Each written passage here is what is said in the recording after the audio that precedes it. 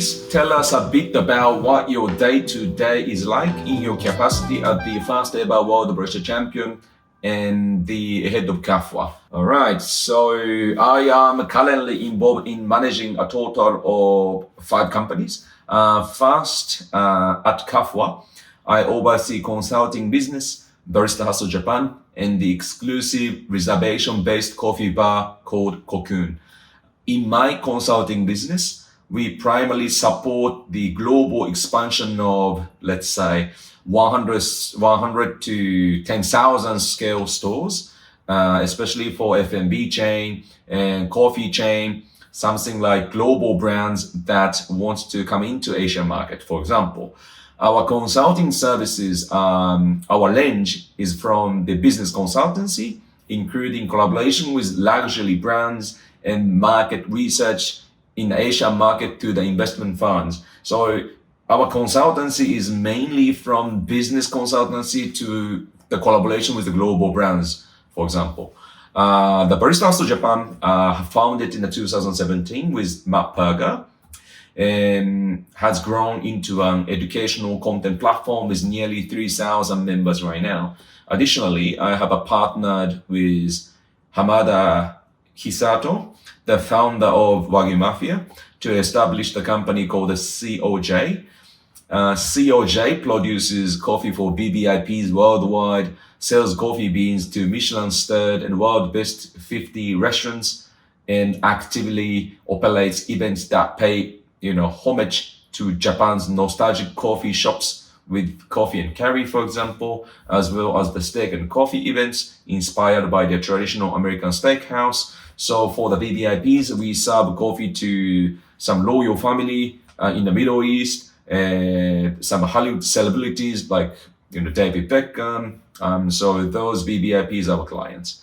Furthermore, I have launched a new business model, the Coffee Granita and Canlay shop named Stephanie. This concept aimed to franchise and expand to few hundred stores, hopefully in the worldwide in the future. So nurturing it into a well-known brand right now. We are trying right now. Yeah. So my daily life involved judging the role of the business owner and the unleashing my creativity as an artist too. So making each day a roller coaster-like experience for sure.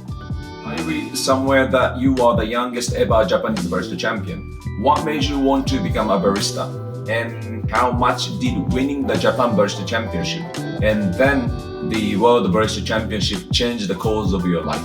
Well, the reason I became a barista is that coffee is a family business. My father was a pioneer in the Japanese specialty coffee industry, and they established a business model where small roasters gathered and purchased coffee through direct trade. The profession of a barista, being the final point of contact with consumers, is crucial in conveying the charm of specialty coffee to them. That's how, still a teenager at the time, I decided to become a barista. At the moment, I was reassessing my life after dropping out of high school, and I was immediately captivated by the drink that can give people vitality with just one cup of coffee. I participated in the Japan Barista Championship from 2007. It was the year when the World Barista Championship was held in Tokyo first time ever, and James Hoffman won. So for me, who had lost my goals after dropping out of high school, the Barista Championship felt like the place where I could shine. My first appearance in the Japan Barista Championship was when I was 17 years old. At the age of 18, I became the youngest finalist in the history of the Japan Barista Championship. And at 22, I became the youngest champion in its history. In 2014, I became the first Asian to win the World Barista Championship. And my life changed drastically, of course. And then I spent more than 200 days overseas since then, passionately engaging in the workshop, lectures, training, and the events, especially being a first Asian World Barista Champion. I worked under the tremendous expectations.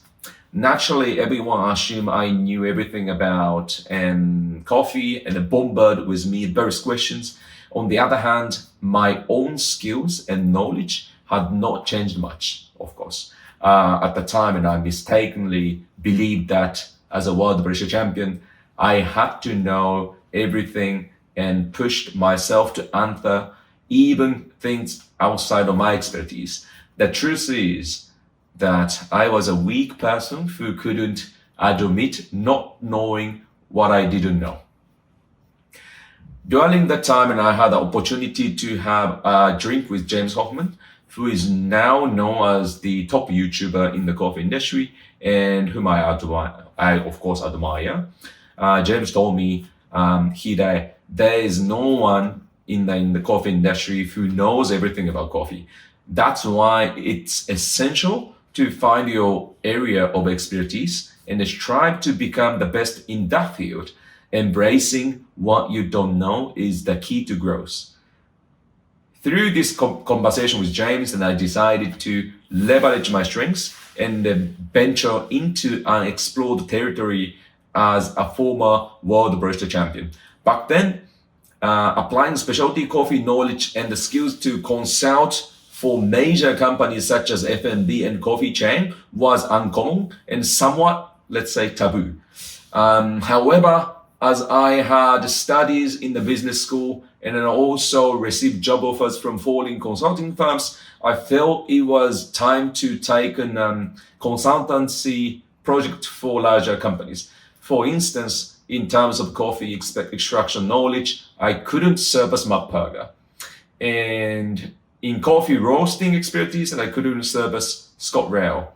So I thoroughly considered where my strengths at, and I built my business with this kind of mindset, emphasizing the areas where I could win.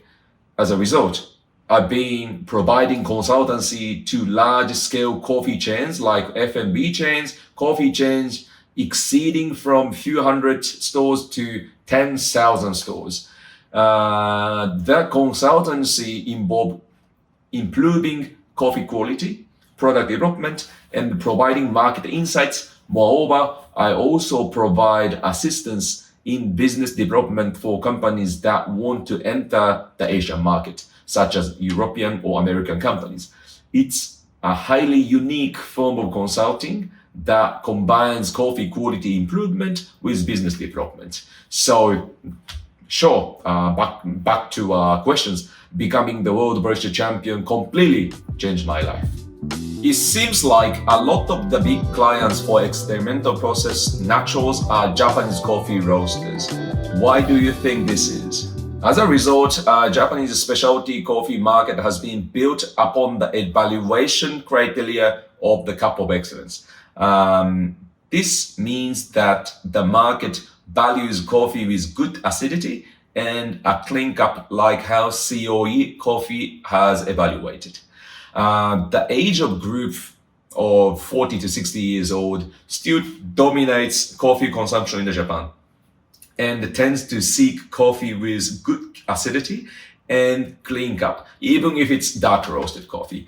On the other hand, the new generation of specialty coffee consumers, aged 20 to 30, prefers unique flavors such as those found in experimental process and anaerobic coffees, even infused coffee.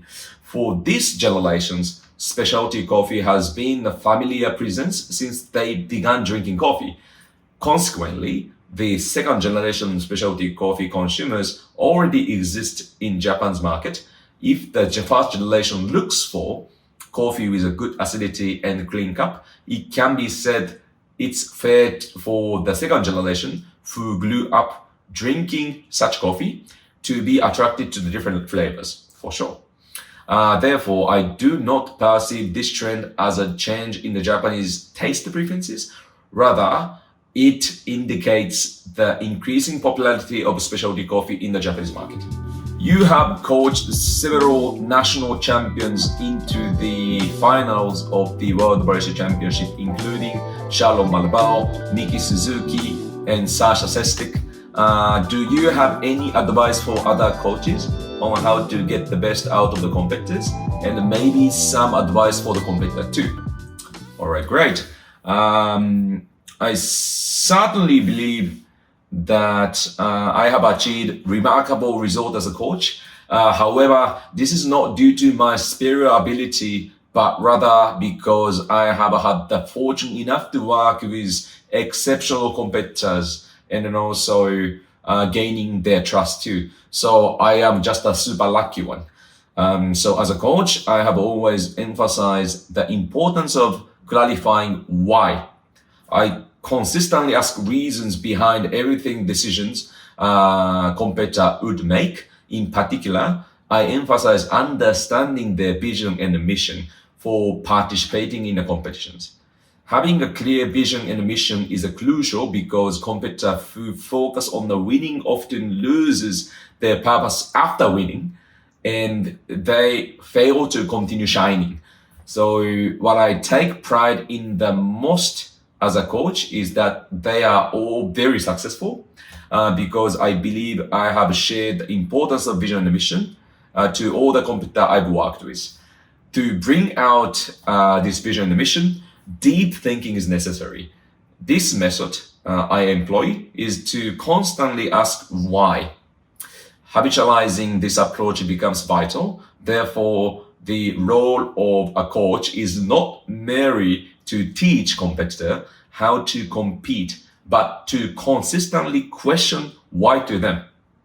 Furthermore, it is essential to help competitor understand their own strengths by leveraging these strengths to their potential and structuring their presentations.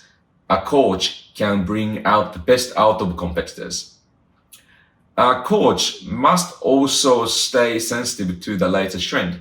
Their role involves in analyzing the competitions and breaking it down for the competitors, predicting the trends, building up the strategies, and utilizing an extensive network to provide competitors with the information and connection they need.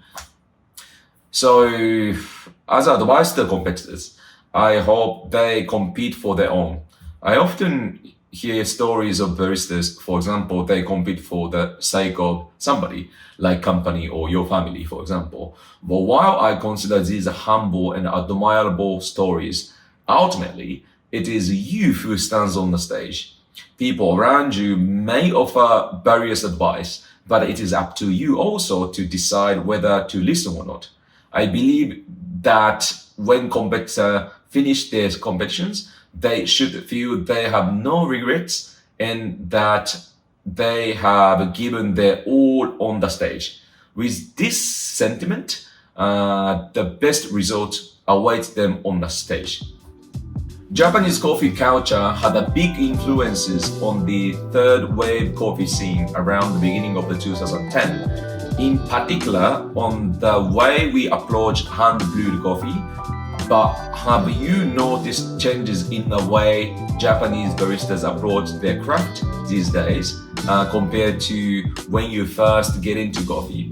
And the second question, are there other lessons that the rest of the world should learn from Japanese coffee culture that we might not have heard yet?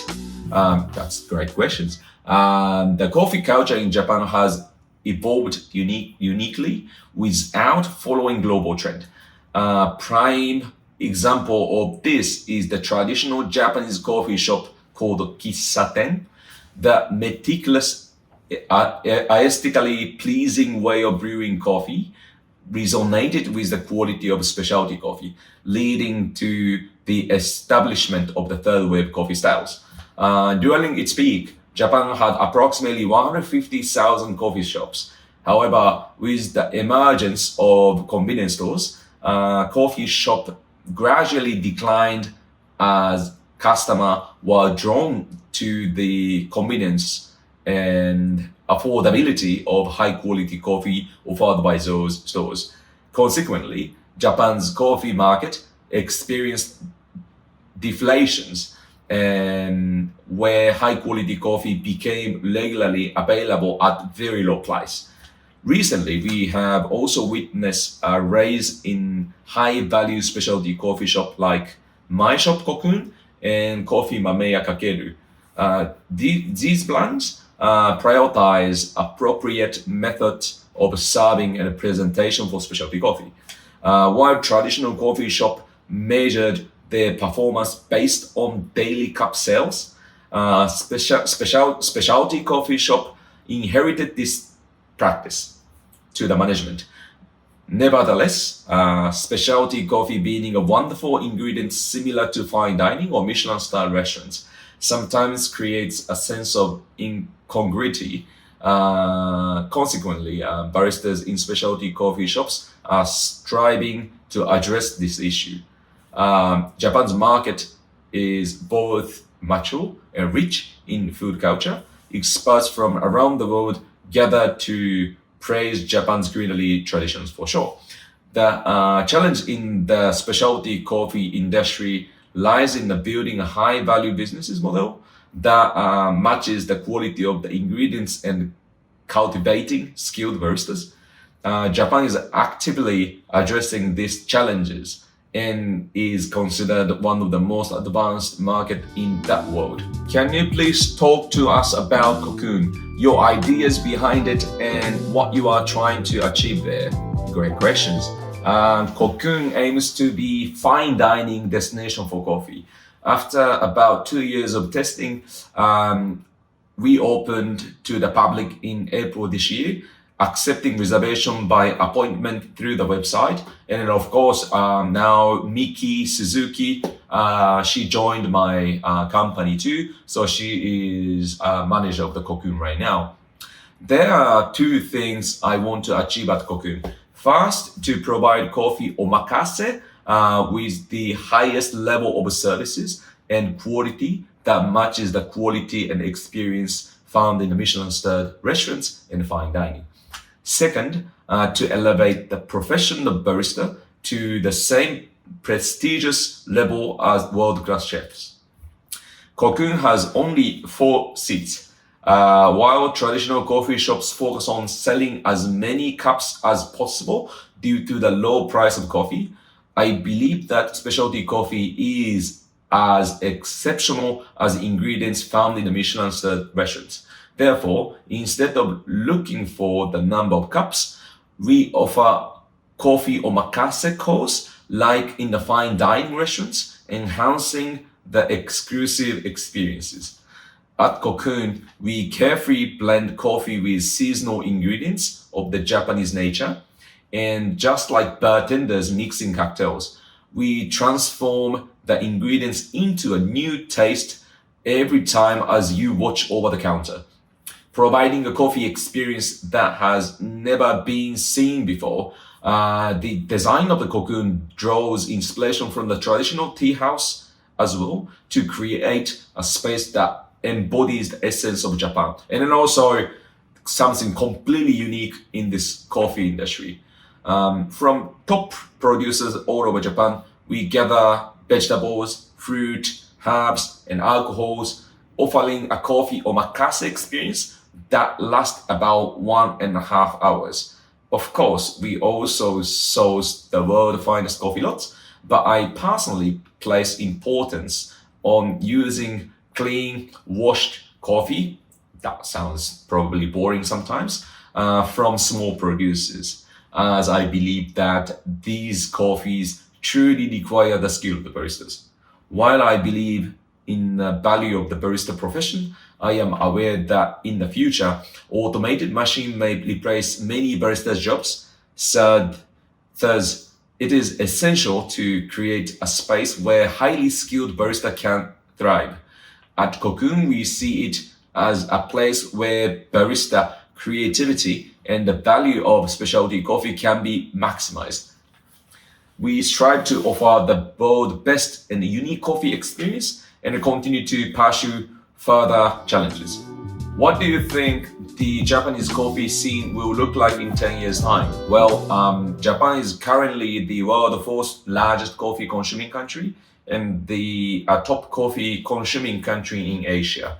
However, it is projected that the population will decrease by half in the future, leading to a significant decline in the coffee consumption. For example, in China, so compound average growth rate is about 15%, as opposed to international compounds average growth rate for the coffee industry is like about 2 to 4%. So the future, Japan will decrease coffee consumption for sure. As a result, the reduced coffee consumption in Japan may lead to a decrease in the purchasing power too, which may expected to be gradually felt in about 10 years. So now we are so fortunate to get beautiful, amazing coffee from around the world.